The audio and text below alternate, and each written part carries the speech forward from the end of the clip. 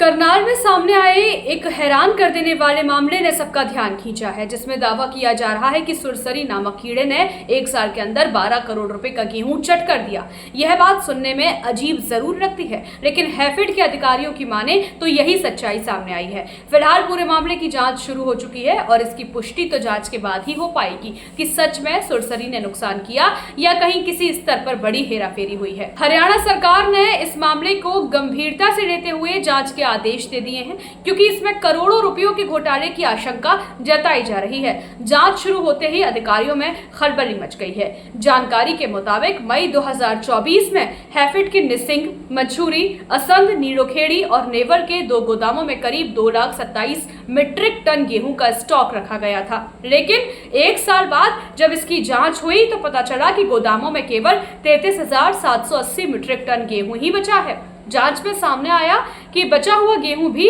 अब खाने लायक नहीं है। विभाग का कहना है कि सुरसरी के कारण यह गेहूं बर्बाद हो गया और कई बोरों में केवल चूरा ही पड़ा मिला। इस मामले की रिपोर्ट मुख्यालय को भेजी जा चुकी है। इसके चलते हैफेड के डीएम अमित कुमार का तबादला भी कर दिया गया और एक बार फिर उधम सिंह को डीएम की जिम्मेदारी सौंपी गई है। गौरतलब है कि जब स्टॉक भरा गया था उस वक्त भी उधम सिंह ही डीएम थे, लेकिन कुछ ही समय बाद उनका तबादला हुआ और अमित कुमार को नियुक्त किया गया।